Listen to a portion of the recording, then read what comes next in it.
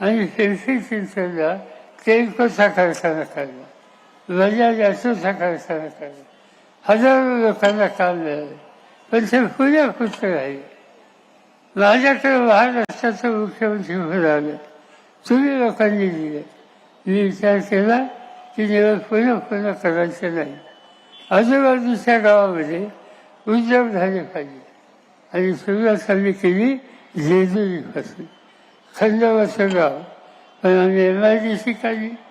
तुम्ही आज जाता बघा, जेजुरीला 5-50 कारखाने झाले. जेजुरीला बारामती झालं, MIDC काढली. काही हजार लोकीचं काम करतात. खाली इंदापूरला गेलो, तिथं MIDC काढली, तिथं काही हजार लोकांना काम दिलं. पुण्याच्या जवळ, भिगवणच्या जवळ MIDC काढली, कारखाने आणले, लोकांना काम दिलं.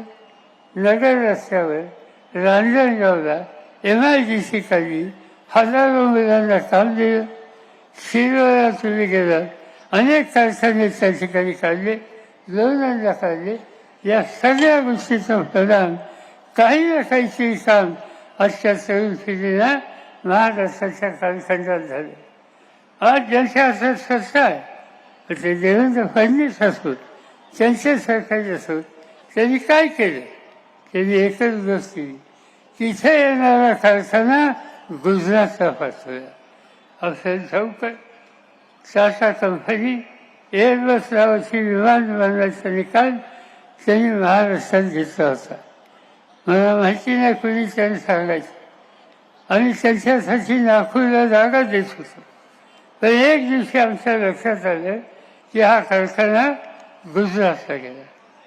वेदांता फॉक्सकॉन नावाची एक कंपनी होती, 10,000 मुलांना काम द्यायची ताकद होती. त्यांनी महाराष्ट्रात कारखाना लावायचं ठरवलं. त्याला कुणी सांगितलं माहिती नाही. एक दिवशी आपलं गबाल घेतलं आणि गुजरातला गेली. का महाराष्ट्राची हवा वाईट आहे? महाराष्ट्रात कारखाना काढल्याला काही त्रास आहे?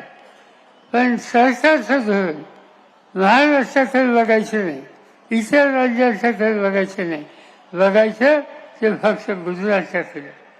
टाटा एअरबस त्यांची कंपनी 21,935 एवढी गुंतवणूक त्याच्यामध्ये होती. तो कारखाना बाहेर गेला.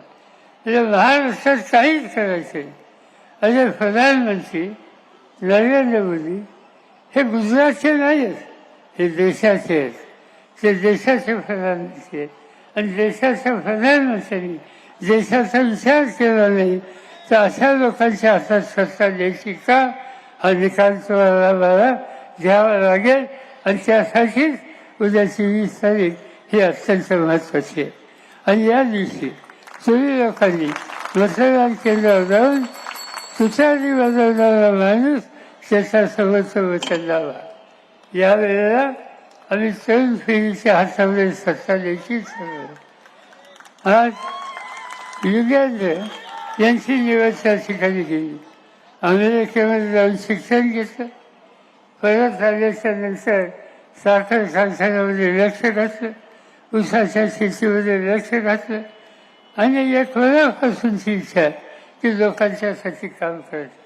आज या ठिकाणी विद्याप्रतिष्ठान संस्था आहे, 20,000 मुलं शिकतात. त्या संस्थेची अर्थकारणाची सगळी जबाबदारी युगेंद्रकडे आहे आणि ते उत्तम त्या ठिकाणी करतात. आणि म्हणून तुमच्या प्रश्नाची सोडवणूक करण्याची धमक आणि ताकद ज्याच्या हातात आहे त्याला उद्या महाराष्ट्राच्या विधानसभेमध्ये बारामतीचा प्रतिनिधी म्हणून पाठवायचं हा निकाल असतात. सगळं काही लोक सांगतात की मी काय करू, असं मी काय करू, त्याची गलतीची गोष्ट. 1967 साली तुमच्या वडीलधाऱ्यांनी मला आमदार केलं. 20 वर्षांनी आमदार काँग्रेस बरोबर आणि मुख्यमंत्री पद घ्यायचं स्वतःच्या स्वार्थासाठी, स्वतःच्या मोहापायी, खुर्चीसाठी तुम्ही बाळासाहेबांचे विचार सोडले.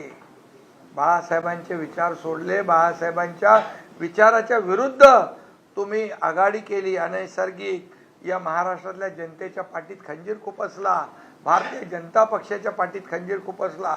मग खरे गद्दार कोण? बरोबर ते बोललेत. मग तुम्ही आम्हाला जे रोज हिणवता त्याचा तुम्हाला अधिकार आहे. आम्ही तर उलट आम्ही सांगितलं पुन्हा आपण झालं जे झालं, पुन्हा तुम्ही शिवसेना आणि भाजपचं सरकार तयार करा, गठबंधन सरकार येऊ द्या, कोणी काय बोललं ठरलं जाऊ द्या, आता पुन्हा आपण येऊ. पण त्यांना 5 वर्ष मुख्यमंत्री म्हणून काम करायचं होतं. शिवसेना गेली वाऱ्यावर, धनुष्यबाण गेला वाऱ्यावर.